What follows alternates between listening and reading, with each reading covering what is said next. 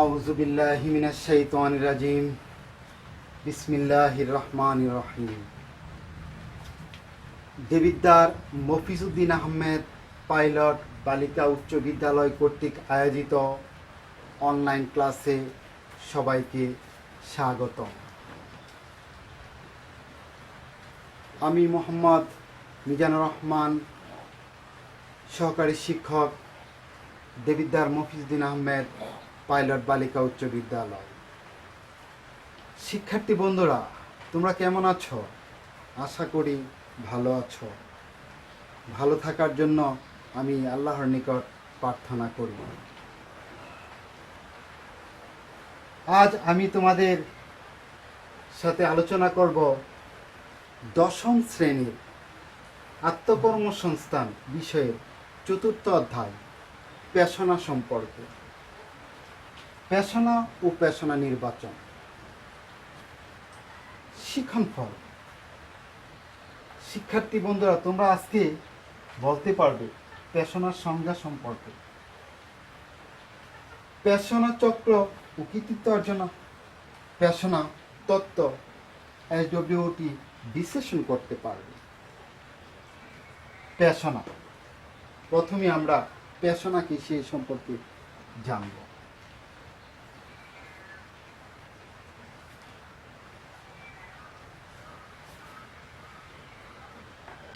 পেশনা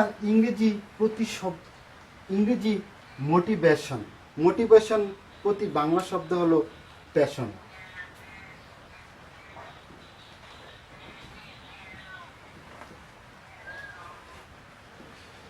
motivation শব্দটি Latin ইংরেজি শব্দ মোবার শব্দ হতে এসেছে।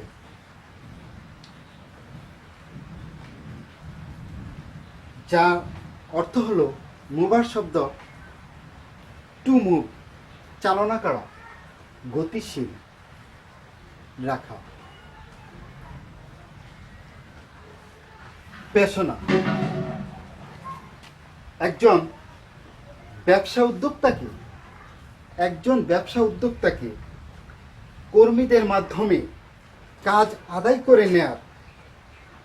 করে নিতে হয়। একজন কর্মী যতই শিক্ষাগত যোগ্যতা, অভিজ্ঞতা ও দক্ষতা থাকুক না কেন, কর্মস্পৃহা না থাকলে সে কাজে ভালো করতে পারে না। সে কোনো কাজে সুনির্দিষ্ট সম্পন্ন করতে পারবে না। যে সমস্ত উপাদান কর্মীকে কর্মস্পৃহা প্রদান করে, সেটা হলো পেশনা। এই পেশনা, তাহলে আমরা বুঝতে পারলাম পেশনাটা কি। উৎসাহ, উদ্দীপনা, প্রণোদনা। আমরা একটি উদাহরণের মাধ্যমে বুঝাইতে চাই। একটি কোম্পানিতে 100 জন শ্রমিক রয়েছে। এখন সেই কোম্পানির মালিক যদি বলা হয় কোম্পানির বছর শেষে লাভের 5% কমিশন শ্রমিকদের মাঝে দেওয়া হবে, তখন তাদের মধ্যে একটা কাজের স্পিড আসবে, কাজের একটা গতি আসবে। কেন? তারা এই 5% কমিশন পাওয়ার আশায় তাদের গতি আসবে যে লভ্যাংশের 5% আমাদের মাঝে দেওয়া হবে। এই যে তাদেরকে একটা কমিশন দেওয়ার আগ্রহ মালিক দেখিয়েছেন, সেটাই হচ্ছে পেশনা। পেশনা সাধারণ অর্থে আমরা তাহলে বুঝতে পারলাম যে উৎসাহ, উদ্দীপনা, কাজের আগ্রহ সৃষ্টি করা। শিক্ষার্থীদেরকে স্কুলে বা শিক্ষা প্রতিষ্ঠানে শিক্ষার্থীদেরকে যখন বলা হয় পরীক্ষা খাতা মূল্যায়নের পর প্রথম দ্বিতীয় তৃতীয় হলে তাকে একটা উপহার দেওয়া হবে, গিফট দেওয়া হবে, খাতা কলম ডায়েরি যাই বলো দেওয়া হবে, সেই একটা প্রশংসা দেওয়া হবে, তাদেরকে একটা প্রশংসামূলক বাণী দেওয়া হবে। তখন সে কত ওই ক্লাসের স্টুডেন্টগুলোর মধ্যে কিছু স্টুডেন্টের অনেক আগ্রহ আসবে যে আমি যেন পরীক্ষায় ভালো করতে পারি, খাতায় খুব ভালো লিখি, পরীক্ষার প্রশ্নপত্র খুব সঠিকভাবে সুন্দর করে দিতে পারি। এটা হচ্ছে তার মধ্যে একটা প্রণোদনা সৃষ্টি করা, অনুপ্রাণিত করা, উৎসাহিত করা। এই উৎসাহিত করার নামটাই হচ্ছে প্যাশনা, ইংরেজিতে যেটাকে আমরা বলি মোটিভেশন।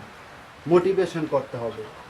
কোম্পানি, কোনো ব্যবসা প্রতিষ্ঠান পরিচালনার ক্ষেত্রে মোটিভেশন অত্যন্ত গুরুত্বপূর্ণ একটা বিষয়।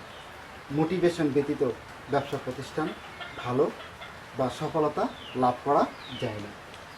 সাধারণত মানুষের মোটিভেশন বলতে, প্যাশনা বলতে সাধারণত মানুষের ইচ্ছা আকাঙ্ক্ষাকে স্বতঃস্ফূর্তভাবে চালনা করা, আগ্রহ করার সৃষ্টি প্রক্রিয়া হচ্ছে প্যাশনা। তাহলে আমরা বুঝতে পারলাম সাধারণভাবে মানুষের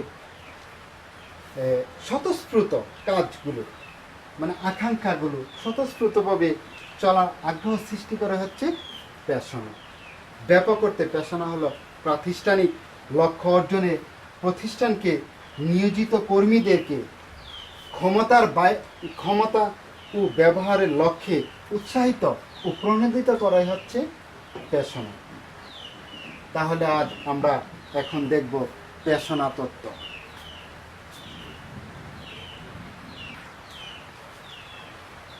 আমরা প্যাশনা কৃত্য প্যাশনা তত্ত্ব দেখার পূর্বে আমরা প্যাশনা চক্র সম্পর্কে একটু বুঝতে চাই। প্যাশনা চক্রে বুঝতে আমরা দেখতেছি এখানে একটি চিত্র, অভাববোধ, উদ্দেশ্যমূলক আচরণ, উদ্দেশ্য সাধন। জন্মগতভাবে মানুষ অভাবজনিত একটি প্রাণী। একটি চাহিদা পূর্ণ হলে আবার আরেকটি চাহিদা পূর্ণ হয়, তার আকাঙ্ক্ষা জাগে।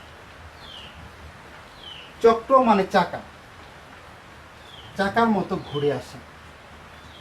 চাহিদা পূরণ হলেই মৃত্যুর আগ পর্যন্ত তার চাহিদা শেষ হয় না। ঠিক প্যাশনা চক্র এই তিনটি পর্যায়ে আবর্তিত হয়ে থাকে। প্রথম অভাববোধ, অভাব মানে নিড। প্যাশনা জৈবিক ও সামাজিক দুই প্রকারের হয়ে থাকে।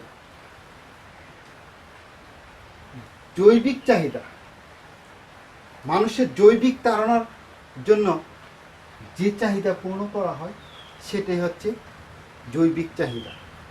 জৈবিক চাহিদার মধ্যে আমরা জানি ক্ষুধা,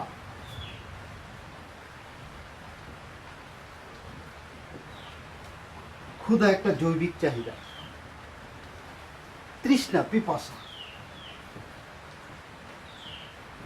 তৃষ্ণা, যৌনতা, এগুলো হচ্ছে জৈবিক চাহিদা। এগুলো জৈবিক চাহিদা। জৈবিক চাহিদার মধ্যে আমরা এগুলো লক্ষ্য করতে পারি। এই চাহিদাগুলোর জন্য অভাববোধের মধ্যে এই জৈবিক চাহিদা একটা বিষয়। সামাজিক চাহিদা, প্রত্যেকটা মানুষের যখন জৈবিক চাহিদা অভাব পূর্ণ হয়, ক্ষুধা, পিপাসা ও যৌনতা যখন পূর্ণ হয়, তার মধ্যে যখন খিদার অভাব থাকে না, খাবারের কোনো চিন্তা থাকে না, তখন সে চিন্তা করে তার সমাজের মধ্যে কিছু প্রতিপত্তি, মর্যাদা, সম্মান, প্রভাব, যেই জৈবিক চাহিদা পূর্ণ হওয়ার পরে যেটা রয়েছে সেটা হচ্ছে আমাদের অভাব, প্রতিপত্তি, প্রভাব, ক্ষমতা, মর্যাদা, খ্যাতি। এই প্রভাব, সমাজের মধ্যে প্রভাব সৃষ্টি করা, মর্যাদা বৃদ্ধি করা, প্রতিপত্তি, এগুলো প্রভৃতি হচ্ছে সামাজিক চাহিদা। এগুলো একজন ব্যক্তির যে সামাজিক মানুষ সমাজবদ্ধ ও সমাজ সভ্যতায় সাংস্কৃতিক জীবনে প্রেক্ষিতে একজন ব্যক্তি এইসব পেশনা সৃষ্টি করে থাকে। উদ্দেশ্যমূলক আচরণ, অভাববোধ দূরীকরণ হওয়ার পর মানুষের কিছু উদ্দেশ্যমূলক আচরণ থাকে বা আচরণ সৃষ্টি হয়ে ওঠে। প্রয়োজন মেটানোর জন্য কাজে প্রবৃত্ত করা, প্রয়োজন মেটানোর জন্য কাজে প্রবৃত্ত করা।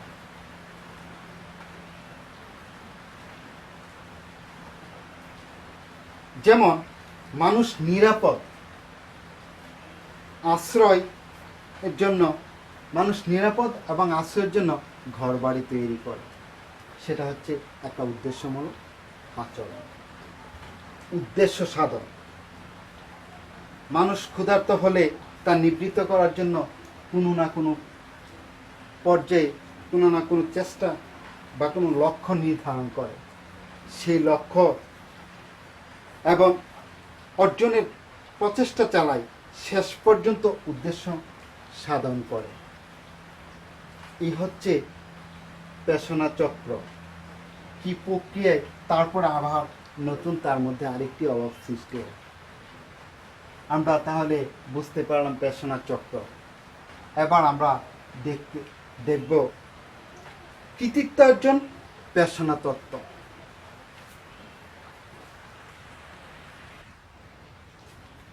আমরা কৃতিত্ব অর্জনের পেশনা তত্ত্ব SWOT সম্পর্কে আলোচনা করতেছি।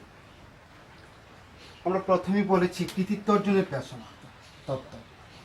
এই কৃতিত্ব অর্জন পেশনা তত্ত্ব জনক হচ্ছেন ম্যাকক্লিল্যান্ড ও তার সহযোগী অ্যাটকিনসন, দুইজন কৃতিত্ব অর্জন পেশনা তত্ত্বের জন্য। 1969 সালে কৃতিত্ব অর্জন পেশনা তত্ত্ব আবিষ্কার করেন। ম্যাকক্লিল্যান্ড 1969 সালে business policy tax and case বইটিতে তার কৃতিত্ব অর্জন পেশনা তত্ত্ব ব্যাখ্যা করেন, বিশ্লেষণ করেন। সে কৃতিত্ব অর্জন পেশনা তত্ত্ব হচ্ছে মানুষের প্রবল ইচ্ছা, অধিক আগ্রহ, মানুষের উচ্চমানের আকাঙ্ক্ষাকে বোঝায়। কৃতিত্ব অর্জন পেশনা তত্ত্ব সর্বোচ্চ সিঁড়ি। এই কৃতিত্ব অর্জন পেশনা তত্ত্বে SWOT শৌট মানে S হচ্ছে স্ট্রেংথ শক্তি, W তে উইকনেস দুর্বলতা, ওতে অপরচুনিটি সুযোগ, T তে থ্রেট হচ্ছে ঝুঁকি। শক্তি,